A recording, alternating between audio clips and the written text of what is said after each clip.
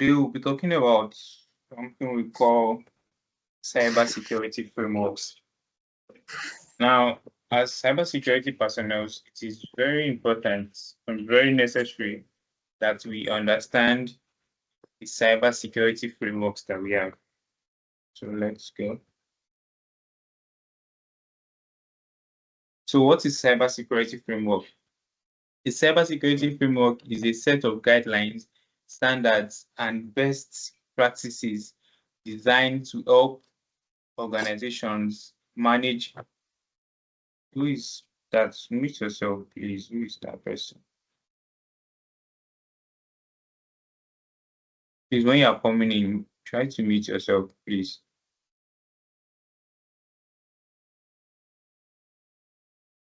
All right, so the cybersecurity framework is a set of guidelines, standards, and best practices designed to help organizations manage cybersecurity risks. It provides a structured approach to identifying, protecting, detecting, responding to, and recovering from cyber threats. So cybersecurity framework, now what this is all about is that there are organizations already set up by international bodies and also by your country to help with guidelines and standards that you must follow for you to manage cybersecurity risks in your organization. They provide structured approach to identifying, protecting, and detecting threats. Now, there are organizations whereby people that have come across, or organizations that have come across different threats, they report those threats to those organizations, or probably after they have done investigation on a particular threat or a particular attack, they report it to some organizations. So those organizations tend to put it out there for other organizations to learn from. And they've also set up some particular frameworks and guidelines that organizations can follow so they don't become victims of cyber attacks. So that is what cybersecurity framework is all about. So we have, why are frameworks important? Now, first, standardization ensures a consistent security posture across industry. So it ensures a consistent security posture, that is, the organization, at least we know to an extent, they are secured if they follow these frameworks. Then we have risk management, helps in identifying and mitigating cybersecurity risk. That is, these frameworks also helps in identifying and mitigating some cybersecurity risk. Then we have compliance. Now, it also assists organizations in meeting regulatory and legal obligations. Now, as organizations that deal with personal data or deal with customers' data or people's data, there are some compliances they are supposed to follow. Now, this cybersecurity framework also helps them to be able to understand these regulations and also the legal obligations of handling personal data or people's data. And we have communication, provides a common language for cybersecurity professionals and stakeholders. That is, it provides a common language in the sense that cybersecurity professionals will be able to understand that, okay, this is what this is for, this is what this is for. So it will make everybody have a clear understanding of what some particular things are meant for. Now we have key cybersecurity frameworks. So the first one we'll be talking about is the NIST. Now this is an international institute. So the full name is National Institute of Standards and Technology. That is the full meaning of NIST. Now the country of origin, United States. Use case, applicable to all sectors, government, private, critical infrastructure. Now we have the core components. First, identify, that is, understand your assets, data, and risks. Secondly, protect, implement safeguards, e.g., firewalls, encryption. Then they have detect, set up tools and procedures to identify cyber incidents. Then respond, plan how to contain and minimize the effects of incidents. Then recover, restore capabilities and services after an attack. So this NIST framework now, if you go into their website, they have journals where you can read and understand all these components, core components that we're talking about. So inside the NIST, they teach you how to identify some certain assets, data and risk, then also how to make sure that you are using firewalls, encrypting your data. They just enlighten you on some standards that you should follow as an organization that is handling sensitive data or people's data. So they also teach you how to respond to plan, how to also recover from an attack. So if you go through that journal, you would be able to understand some of the things that they put out there for people to understand some certain standards that are being set already for them to follow. Then we have the second one, we have the ISO 27001. So this is International Organization for Standardization. Now, use case, information security management, global standard recognized internationally. Key elements, risk-based approach. Organizations must assess and treat information security risks. ISMS establishes controls and policies to manage information securely. Certification available. Organizations can get certified for compliance. Now, this is also another framework. Now, what these ones deal with is they deal with risk-based approach, whereby organizations must assess and treat information security risks. That is, there are some risks that organizations must be able to treat in the proper way. So this is what this framework is all about. Establishes controls and policies to manage information securely. Now, they also teach and ensure that you have policies that will ensure you manage information securely. Now, organizations can actually get certificates from this ISO organization, whereby after they've checked the organization and see that you are compliant to all the standards, then you can receive a certificate to show that your organization is compliant to data security. Now, these certificates are actually very well recognized as an organization. If you have an ISO certificate, it shows that customers can trust you with their data because you are complying to the data security standardization. Then we also have another framework. We have the CIS Controls, formerly known as SANS, full name Center of Internet Security Controls. Now, use case, tactical prioritized set of cybersecurity actions for organizations.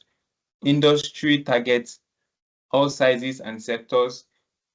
Then we have top controls include inventory of assets and software, secure configuration of hardware and software, continuous vulnerability management, controlled use of administrative privileges, data protection and recovery processes. Now, what the CIS is all about, as you can see from what I just read, what this particular framework does is if you also read their journal, you will see stuffs on secure configuration and hardware and software, continuous vulnerability management, that is, they would make sure you ensure that you manage your vulnerabilities properly. Then controlled use of administrative privileges, that is, administrative privileges has to do with, we have different types of privilege accounts. We have the administrative privilege. We have as a normal worker, you should have your own, privilege accounts are actually meant for administrative uses. So now you should be able to control the use of administrative privileges, because if an hacker should actually get hold of an administrative account, just know that the organization is going to hear it. Because, for instance, now in an organization, it is always advisable that you have, especially for instance, if you are using Microsoft 365, it is always advisable that you have at most 3 administrative privileges on that account, that is admin privileges on that account, so it will not, the vulnerability will not be too high. Then we have another one, we have COBIT, is control objectives for information and related technologies. Now we have their focus: IT governance, control and audit. Use case: enterprises aligning business goals with IT processes. Key domains: evaluate, direct and monitor. Then we have align, plan and organize. Build, acquire and implement. Deliver, service and support. Monitor, evaluate and assess. So the COBIT framework, these are all what you will find in their journals, what they would make you understand and enlighten you about if you are starting up an organization. Now we have the PCI DSS, is Payment Card Industry Data Security Standard. Now, what this framework is all about is, now this framework guides all organizations that make use of any form of card payment, be it a bank or any financial institution. Once that organization makes use of card payment, then PCI DSS is one of the frameworks you must try and align with, so you don't get your legality is ascertained. Now, their scope: secure handling of credit and debit card data. That is, their framework helps you to secure, as an organization that deals with cards, it helps you to secure your credit and debit card data. Now, required by all entities processing card holder data. So any organization, like I just said earlier, any organization that holds card data, card information, for instance, now you are using a particular bank, your card details are being held by that organization, which is your card data. So they must follow the PCI DSS framework, so they would be able to secure your data well, because any breach to your data, you can actually sue that organization. For instance, if you're as a customer to an organization that uses card payments, if your data should leak out, you can actually sue the organization. So for the organization not to fall prey of stuff like that, they need to follow this framework, which is the PCI DSS, to ensure they secure your card details well. Now, one of the 12 core requirements, we have install firewalls, so use strong passwords, encrypt card holder data, maintain secure systems, implement access controls, monitor and test networks. So if you go through the journal, these are all the things they will elaborate on as an organization that is making use of card payments. Now, we also have the meter attack framework. Now, meter, can you guys still hear me? Hope I'm not talking to myself. Yeah, we Yes, can we hear can you. hear you. Can hear you. All right. So we have the meter attack framework. The purpose: threat intelligence, red teaming, detection. Now, structure: tactics, what the attacker is trying to achieve. Example: initial access. Techniques: how they do it, e.g. spear phishing, credential dumping. Sub-techniques: more granular variations, mitigations and detections, how to stop or detect them. Now, this meter framework, we are actually going to check their website for you to try and understand what they do. Now, the meter framework is just like, it's also a framework whereby a lot of cybersecurity professionals come to discuss about breaches or professional ethics, whereby they have different attacks that have occurred in the past. Now, what they do in this framework, if you go through that journal, is that they have all the separate attacks, different attacks that have been reported to them or have occurred in the past, whereby they have access to. Now, they will describe these attacks to you, give you how you can mitigate against this attack, and they will also show you how the bad guys were able to do it, or how the hackers were able to do it, so you also know how to mitigate against them. Probably we should quickly check their site.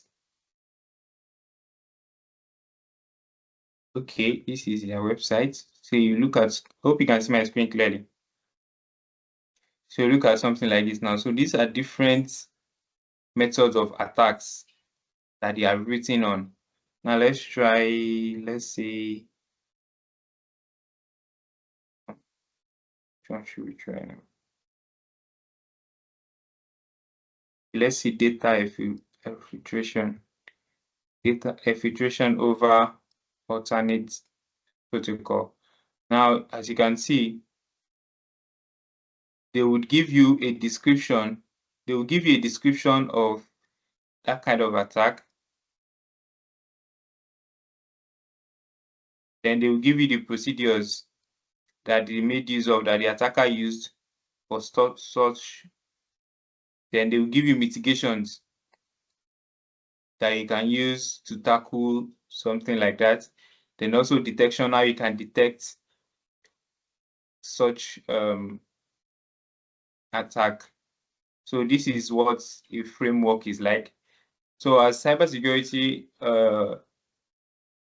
personnel, this site should be like one of your favorite sites where you can check different kind of attacks that have happened and how to mitigate against it. So let's look at internal spear phishing. So after already, I told you spear phishing is like sending a phishing attack to somebody that you have done reconnaissance on. For instance, an attacker wants to attack a particular person using phishing. Now, what the attacker does first is that the attacker would do a full reconnaissance on you, know all the things you like, the sites you visit, just do a general reconnaissance on you, so that he would be able to design a phishing link or a phishing mail that will suit whatever you like, so you won't have a change of thought just clicking it once. For instance, now probably through his reconnaissance, he goes through your social media pages and realize that you like dogs, or you like, as ladies, you like cheap wigs, or you post about wigs, you post about bags, you post about different things. Now, an attacker could actually design a phishing email, maybe just saying puts a nice bag there, and you say this bag is going for a very cheap amount. Just you seeing it, you won't even read the content or try to investigate the mail. Before you know it, you've clicked the link, and voila, the attacker already has access to. So that is what spear phishing is all about. So this is an internal spear phishing. So they said after they already have access to accounts or system within the environment, adversaries may use internal spear phishing to gain access to additional information or compromise other users within the same organization. So internal spear phishing is a multi-stage campaign where a legitimate account is initially compromised, either by controlling the user's device or by compromising the account credentials of the user. Adversaries may then attempt to take advantage of the trusted internal accounts to increase the likelihood of tricking more victims into falling for phish attempts, often incorporating. So what this means is probably when an attacker has already gained access to one of the user's accounts, so he tries to use that account to convince others. If an email is coming from one of the employees, might be hard to detect. So this is what they mean by internal spear phishing. So they said, for example, adversaries may leverage spear phishing attachment or spear phishing link as part of the internal spear phishing to deliver a payload or direct to an internal site to capture credentials through input capture on sites that mimic login interfaces. So we have procedural examples. So these are some of the people that have actually submitted their ideas about this particular attack. So this particular company has used an Outlook VBA module on infected systems to send phishing emails with malicious attachments to other employees within the organization. So I think this one is an attack using Microsoft 365. So maybe when the attacker gained access to one of the users, probably an admin or somebody that has an admin privilege, or just an ordinary user.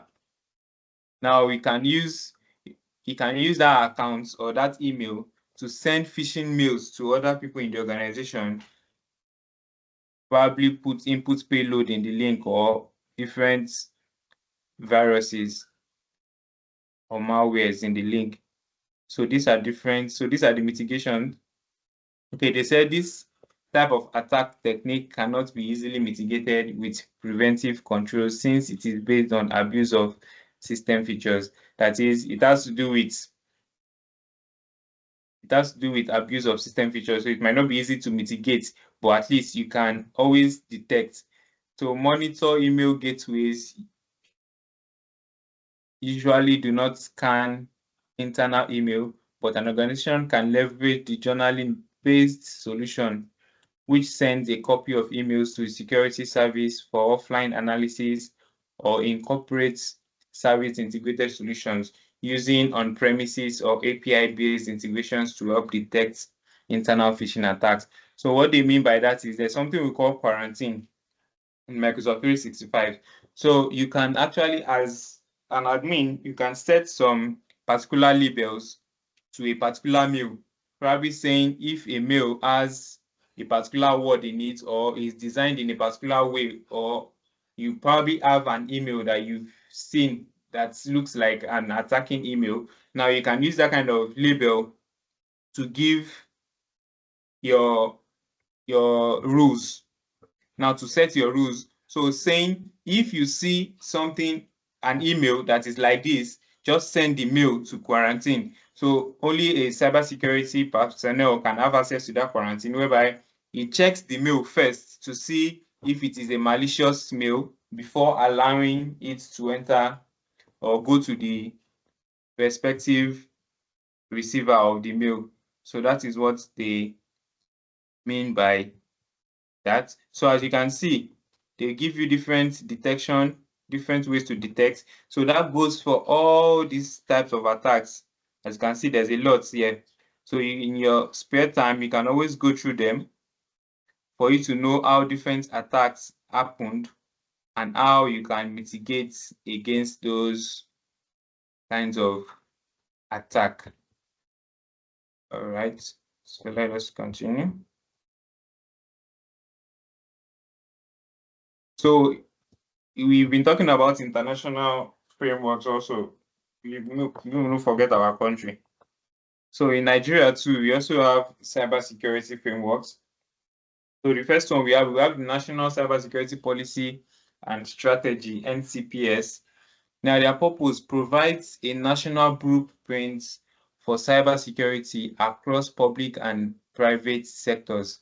Now strategic pillars: enhancing national capacity for cybersecurity, promoting cybersecurity awareness and skills, strengthening legal and regulatory frameworks, developing incident response capabilities, protecting critical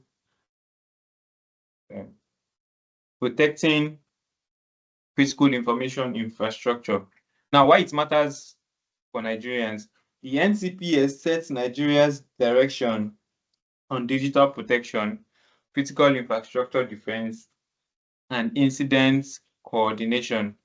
Understanding it is a key for cybersecurity careers within governments, banks, telcos, and national security sectors. So this is one of the Nigerian cybersecurity frameworks, whereby if you also go through their sites and go through their journals, you'll be able to understand some ways you can actually set up your organization environment in a secure way. Then we also have the Nigeria Data Protection Act, NDPA, managed by the Nigerian Data Protection Commission. Purpose: regulates how personal data is collected, stored, and processed and transferred. Core principles: lawful processing of personal data, data subject rights, obligations of data controllers / processors, mandates data protection officers, then breach notification requirements. So this is also another cybersecurity framework in Nigeria. Now, if you also go through their journal and go through their sites, you will be able to have a clear understanding of what their framework is all about. Now, what all these frameworks just does is it helps you to be able to standardize your organization in a way that you are not going against the law and you are actually following a full security standard in your organization. So all these frameworks are just a set of guidelines to guide the organization. Okay, as an organization, I'm handling this particular data, I'm handling this particular data. How do I actually handle it? Because according to some of the frameworks, you would be able to understand that there are some customer data that you should not keep more than a certain amount of years before you actually dispose of them. There are ways to go about that. So when you go through all these frameworks, you'll be able to understand a lot of things about how to keep your organization standardized and make sure your customers or people's data are actually secure. Because if you actually go against any of those acts or any of those standardizations, you could actually be going against the law and could actually land you in trouble. So let's look at one coming. So now we also have what is that? This is one project I did one time. So we also have the GDPR. This one is an organization set up by the European Union. So it protects or it guides all countries under the EU and protects their data rights. So we have the GDPR, General Data Protection Regulation. Now applies to organizations that process personal data of individuals in the European Union, regardless of the organization's location. It aims to give individuals greater control over their personal data and unify EU data protection laws. GDPR applies to data controllers and processors, including businesses, non-profits, and public institutions that handle personal data. Example: names, emails, IPs, biometrics, and lots more. So what GDPR does is that they protect people against getting their data leaked by organizations.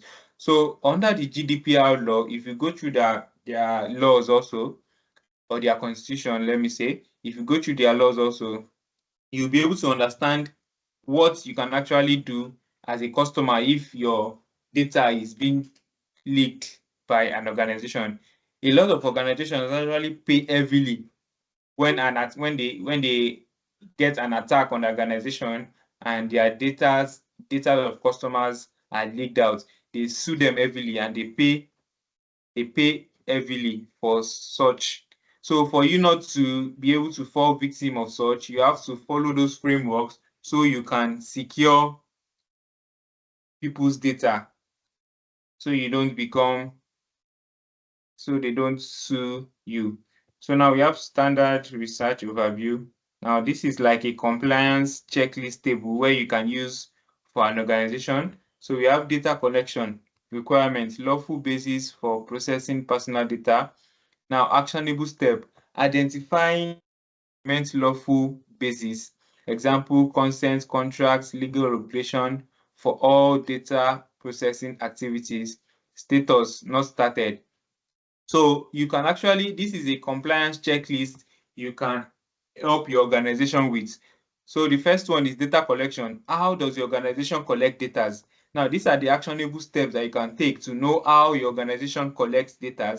Then you put the status there. If it has started, or if they started doing it, you put started or in progress. Then data subject rights. These are all compliance checklists that you can run your organization through to know if they're actually complying with the GDPR law. We also have data transfer. How do you transfer data? Now, implement standard contractual clauses or other legal safeguards for international data transfer. So this is like a compliance list table whereby you can always run through the organizations to help them check if they're actually complying with the GDPR laws. So that is all we have for today on cybersecurity frameworks. So you could actually make your research, read about these laws. It is very, very, very important as cybersecurity personnel. You can read about these frameworks and know how to secure your organization.